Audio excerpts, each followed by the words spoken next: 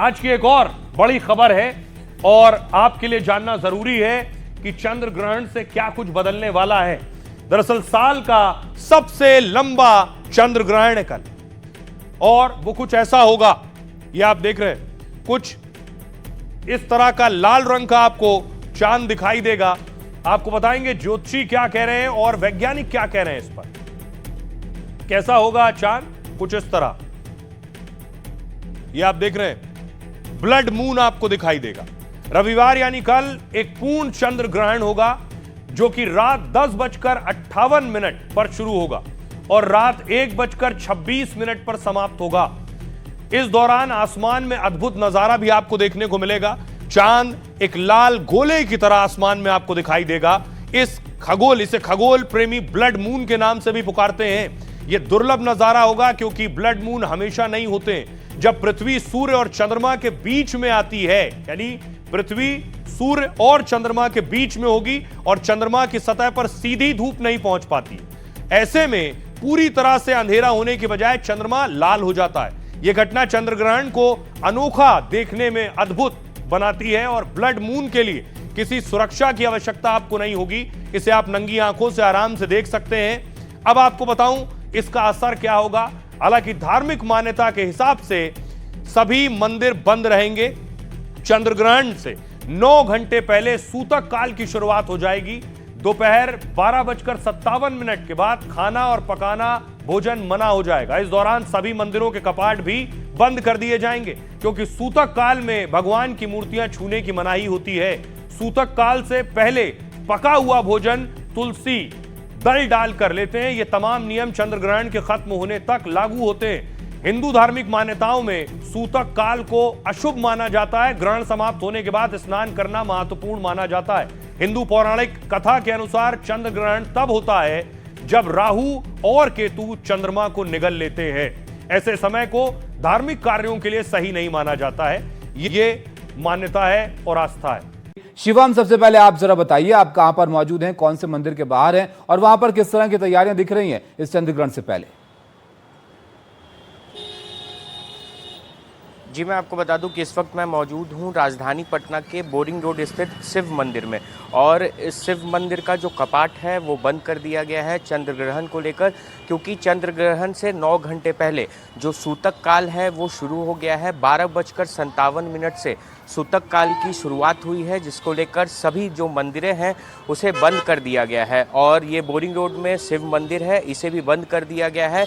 और आज रात साल का सबसे दूसरा जो बड़ा चंद्र ग्रहण है वो लगने जा रहा है। हमारे साथ मंदिर के पुजारी भी हैं, उनसे बात करेंगे कि पुजारी जी, आज चंद्र ग्रहण लगने वाला है, क्या कुछ इसमें नहीं किया जाता है, क्या खासियत रहती है?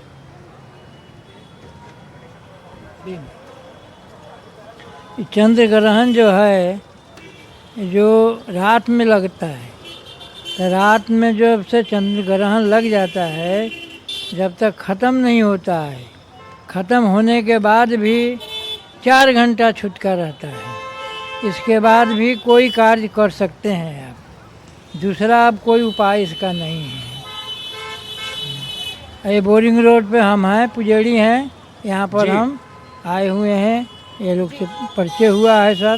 बिल्कुल शुभम, अब जो कहिए अब इसमें मंदिर भी बंद कर दिए जाते हैं चंद्र ग्रहण असर इसका देखने को मिलेगा। चंद्र ग्रहण में दिव्यांकर हमारे मंदिर जो है सहयोगी भी हमारे साथ जुड़ गए ने हैं।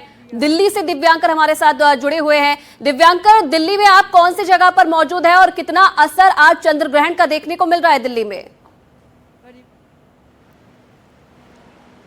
जी बिल्कुल, देखिए मैं फ़िलहाल मौजूद हूँ प्राचीन हनुमान मंदिर में। मेरे ठीक पीछे जो प्राचीन हनुमान मंदिर का कपाट है वो आपको बंद नज़र आएगा और जिस तरह से सूतक काल शुरू हो चुका है और अब से तकरीबन आधे घंटे पहले ही जो भक्तों की एंट्री है वो बंद कर दी गई थी और जिसके बाद आमतौर पर देखा जाता है कि चाहे कोई भी दिन हो, प्राचीन हनुमान मंदिर की आस्था ही ऐसी है कि बड़ी संख्या में लोग हर दिन यहाँ पर पहुँचते हैं, पूजा पाठ करते हैं और इसके साथ साथ यहाँ से भगवान से आशीर्वाद लेकर फिर अपने काम को शुरू करते हैं। लेकिन दोपहर के बाद जो लोगों की भीड़ है वो आपको यहाँ पर चंद जो भक्त हैं वो यहाँ पर बैठकर पूजा पाठ करते हुए नजर आएंगे। 12:57 वो समय है जब सूतक काल जो है वो शुरू हो चुका है और रात में 9:57 तक जब से ये चंद्र ग्रहण जो शुरू हो जाएगा और 3.5 घंटे तक जो चंद्र ग्रहण है वो चलेगा। और क्या कुछ जो सावधानी है वो बरतनी चाहिए, खासकर चंद्र ग्रहण के दिन और सूतक काल के समय, ये हम सीधे पंडित जी से बात करेंगे। पंडित जी, सूतक काल शुरू हो चुका है, 9 घंटे पहले चंद्र ग्रहण से सूतक काल लग जाता है, क्या सावधानी जो है वो भक्त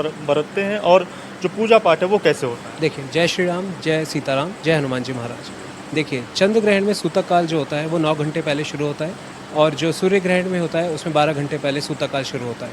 तो सूतक काल शुरू होने से पहले सभी मंदिरों में आरती की जाती है, फिर उसके बाद कपाटों को बंद कर दिया जाता है।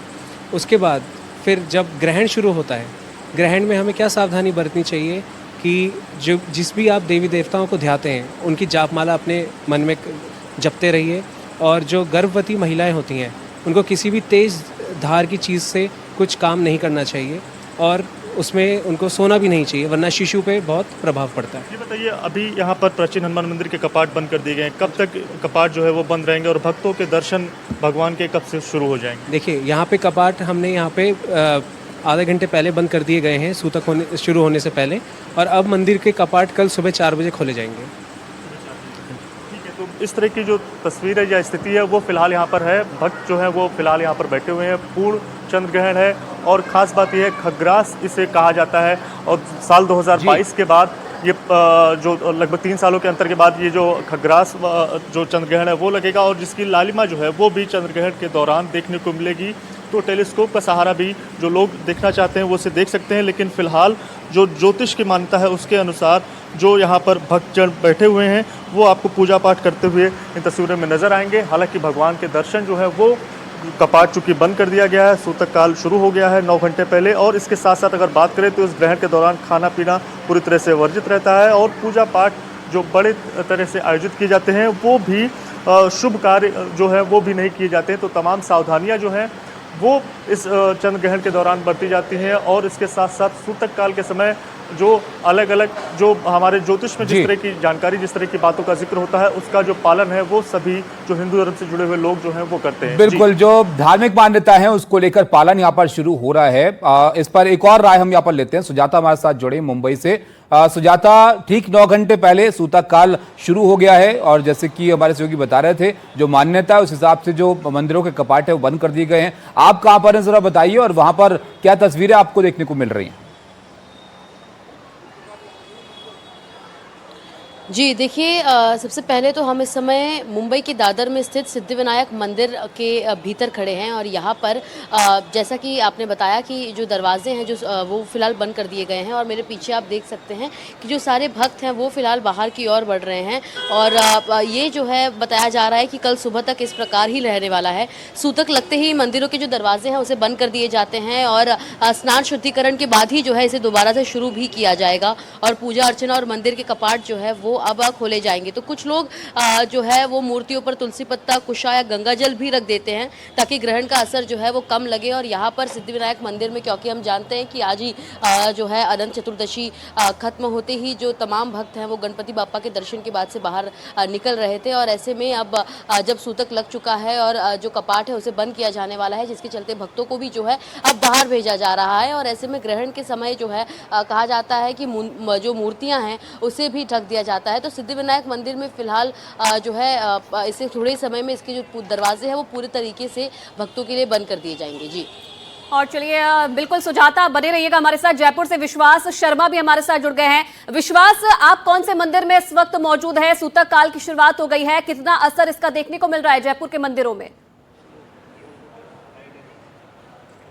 देखिए, मैं जयपुर के गोविंद देव जी मंदिर में हूं और यहाँ पर फिलहाल तो पट बंद है, लेकिन आपको एक दिलचस्प बात बताएं कि जो गोविंद देव जी मंदिर है वहाँ पर ग्रहण का प्रभाव नहीं पड़ता है क्योंकि यहाँ पर भगवान श्री कृष्ण का साक्षात विग्रह स्वरूप विराजमान है। हालांकि जो तय शेड्यूल है उसके हिसाब से अभी तो फिलहाल मंदिर के पट बंद कर दिए गए हैं, मगर शाम को 5 बजे के बाद से भगवान गोविंद देव जी और राधा रानी भक्तों को दर्शन देना यहाँ पर प्रारंभ कर देंगे। और आपको बता दें कि ये जो मंदिर है यहाँ पर भगवान श्री कृष्ण का विग्रह स्वरूप विराजमान है, यानी कि जो भगवान की जो प्रतिमा यहाँ पर है वो हूबहू भगवान श्री कृष्ण जैसी दिखती है, जिसे भगवान श्री कृष्ण के पड़पोते वज्रनाभ ने बनवाया था। उनकी अपनी परदादी से पूछकर उन्होंने बनवाया था कि किस तरह से जो भगवान श्री कृष्ण दिखते थे उसी के हिसाब से हूबहू उन्हें बनवाया गया। तो यहाँ पर जो गोविंद देव जी मंदिर है उनके नयन और मुख जो है वो श्री कृष्ण जैसे दिखते हैं और ये विग्रह स्वरूप है, इसलिए यहाँ पर ग्रहण का प्रभाव नहीं होगा।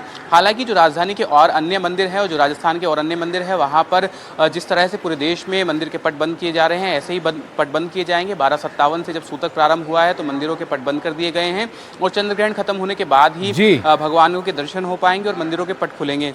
लेकिन गोविंद देव जी मंदिर की महिमा ऐसी है कि यहाँ पर ग्रहण का प्रभाव नहीं पड़ता है, चाहे सूर्य ग्रहण हो चाहे चंद्र ग्रहण हो, यहाँ पर भगवान के दर्शन होते हैं। और रात्रि में जब 9:57 बजे चंद्र ग्रहण प्रारंभ होगा उससे 5 मिनट पहले भी भगवान के दर्शन यहाँ पर लोग भक्तों को हो पाएंगे और ग्रहण के दौरान भी भगवान जो गोविंद देव जी हैं वो भक्तों को अपने दर्शन कराएंगे। जो भी मंदिर ऐसे होते हैं जहाँ पे प्राण प्रतिष्ठा की जाती है प्रतिमा की, वहाँ पर ग्रहण का प्रभाव होता है। शक्तिपीठ, ज्योतिर्लिंग और जैसे कि विग्रह स्वरूप जहाँ पर विराजमान है भगवान के, वहाँ पर ग्रहण का प्रभाव नहीं होता है। इसलिए गोविंद देव जी मंदिर की खास महिमा है।